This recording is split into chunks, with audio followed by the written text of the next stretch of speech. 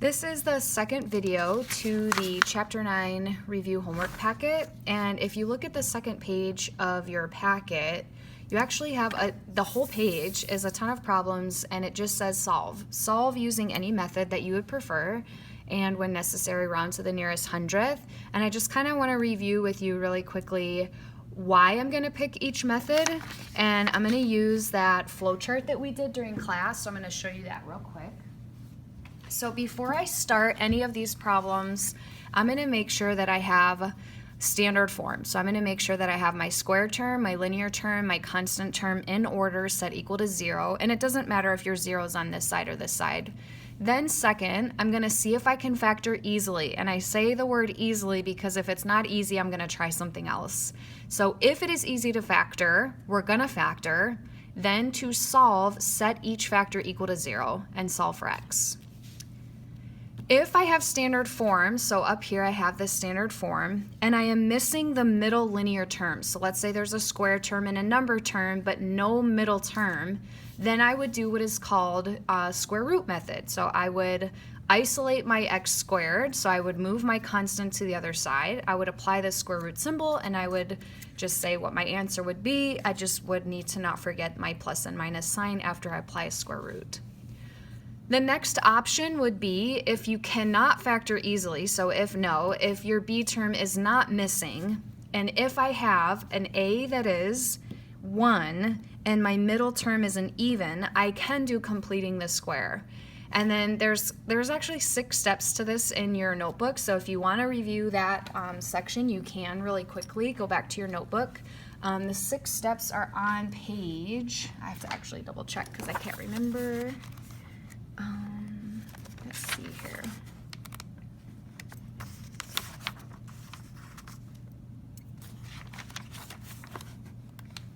The 6 steps that I have for that are on page 9, and they're right here, completing the square. So there's a lot of steps to this, but it's not so bad. And then the last option would be quadratic formula. So if your a is not 1, your b is not even, you can do quadratic formula. So I'm going to use this as a last resort, and I'm going to show you how I pick each method with each of these problems. Sorry that intro was really long, but I think it's necessary so you can see why I'm picking each method. So as I zoom in here, for the first question, it says, for number 11, solve using any method when necessary, round to the nearest hundredth. And it says for number 11, you have 2x squared minus 50. Now for this problem, I'm going to pick the square root method because I'm missing my middle bx term. So there's no linear x term here. So I'm going to isolate my x squared by first adding 50 to the other side. Now I have 2x squared is equal to 50. And then I'm going to isolate my x squared by dividing both sides by 2. Now I have x squared is equal to 25. The square root method says I apply then the square root to both sides.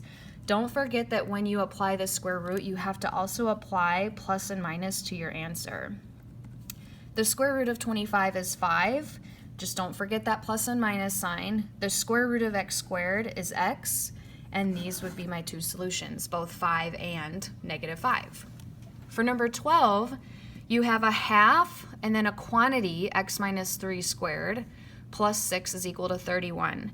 I am also going to use the square root method for this problem because, again, I have a group squared, which means I have an x squared. I know it looks like a linear term here, but when you FOIL it out, I don't actually want to FOIL it out, but you could.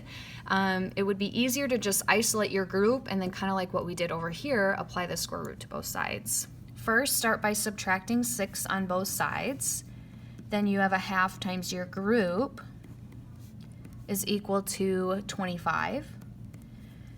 Now, to undo a half, you could divide by a half, but it would be just as easy to undo a half by doubling both sides. So doubling that half is going to get rid of it. Now I'd have x minus 3, the group squared, is equal to 50. And now I want to apply a square root to both sides. So I'm going to apply a square root to get rid of that square, apply the square root to 50. Just don't forget plus and minus for your answer. So square root of 50. If you use your calculator, this is going to give you a decimal, so I am going to round to the nearest hundredth, which is 2 decimal places. This is plus and minus 7.07. And over here, I'm left with x minus 3. Now I need to solve for x, so isolate my x, and I'm going to add 3 to both sides. But when I add 3, I'm going to add 3 to positive 7.07, and I'm going to add 3 to negative 7.07. So if I take 7.07 plus 3, I'm going to get an answer of 10.07. And if I take negative 7.07 and add 3, I'm going to get an answer of negative 4.07. And these two answers are going to be my x-intercepts. Now for the next question, it says you have x squared plus 10x plus 13 is equal to 0. Now as I'm looking at this, I'm going to try factoring, because factoring would be pretty quick. What two numbers multiply to make 13 and add to make 10? Well, my only option is 1 and 13 that I know that's whole numbers, and that is not going to add to 10. So because factoring does not work easily, I do have a middle term. It's even. I could do completing the square, but I'm actually going to use quadratic because completing the square is just not my favorite. So quadratic formula here. So my a is equal to 1, my b is equal to 10, my c is equal to 13. I'm going to start with the discriminant, which is the b squared minus 4ac. So in parentheses on my calculator, I'm going to take 10 squared minus 4 times my a value of 1 times my c value of 13, and this is going to come out to be 48. So here is going to be my quadratic formula. X is equal to the opposite of b, which would be negative 10, so opposite sign of positive 10 is negative 10, plus and minus the square root of that discriminant that we just found, all over double my a term. 2 times 1 would be 2. Now use your calculator and get the decimal answer for square root of 48. This is, square root of 48 is 6.93. So since they said round to the nearest hundredth, I'm going to use 2 decimal places there. Now divide by 2. Now this is easy if you follow directions on the calculator. Make sure that you do the add and subtract and hit enter before you divide by 2. If you don't do that, you're going to get the wrong answer. So on your calculator, you want to take, in parentheses, negative 10 plus 6.93, and then divide by 2 to get your solution. So one of my answers is going to be negative 1.54 if I round to 2 decimal places. And then my next answer is going to be when I use the subtract. So negative 10 minus 6.93, hit enter before you divide by 2. My other solution is going to be negative 8.4, and if I round to 2 decimal places, 7. All right, number 14. Number 14, you have 4x squared plus 4x minus 1 is equal to 0.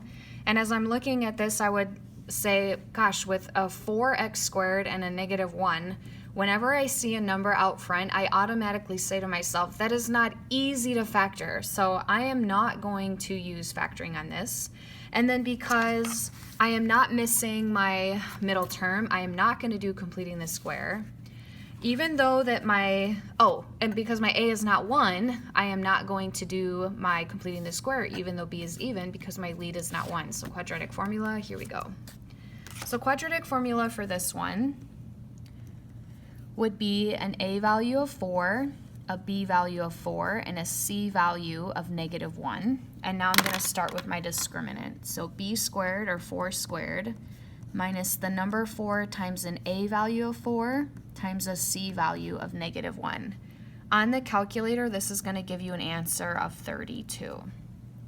This will be 16 minus negative 16, and negative you add when you have subtract a negative. So my quadratic formula, similar to what I did over here, is opposite of b, or negative 4, plus and minus the square root of that discriminant that we just found, all over 2 times my a. 2 times 4 would be 8. Now using your calculator, get the estimate for the square root of 32 as a decimal. Square root of 32 is roughly 5.66. Let's round that, 5.66. So I have x is equal to -4 plus and minus 5.66 all over 8. Make sure you use parentheses if you're going to do this in one step on the calculator. You want to add and subtract before you divide by 8. So if I take -4 plus 5.66, hit enter, and then divide by 8, one of my solutions is going to be 0.21 when I round to the nearest hundredth, and then -4 minus 5.66, then divided by 8 would be -2.1. I'm sorry, -1.21. And these are my two answers. For number 15, I have 16x squared minus 24x. This one, in my opinion, is going to be very easy to factor. So I'm going to use the factoring method because in these two terms, I noticed that they have a GCF in common. Both of these numbers are divisible by 8, and they are both divisible by an x. So I'm going to divide out a GCF of an 8x. After I divide the GCF out, what I'm going to have left is 16 divided by 8 or 2, x squared divided by an x is 1x, then a subtract sign linking them. 24 divided by 8 would be 3. My x divided by x is now, I have no x's left. Now set each factor equal to 0. If 8x is equal to 0 and I divide both sides by 8, my solution will be 0. And if I set 2x minus 3 equal to 0 and I solve for x, I'm going to start by adding 3 to the right side. Now when I divide both sides by 2, my solution is going to be 3/2. If you want to write the decimal for this, 1.5, either of those is okay, the fraction 3/2 or the decimal 1.5. All right, the last one for this video will be number 16. You have 2x squared is equal to 3x plus 1. Now this is not in standard form, and we have to fix that before we pick our method. And I always look at my x squared term and see if it's positive, and if it's positive, I'm not going to do anything else to that term. I'm going to leave it where it is. So instead, I'm going to subtract the 3x to this side of the equation and then subtract 1 to the left side. So instead, I will have 2x squared minus a 3x term minus a 1 term, now set equal to 0.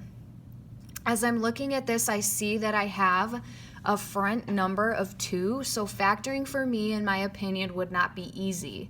So since it's not easy, I'm not going to do factoring because when our front term is more than 1x squared, it's just more difficult.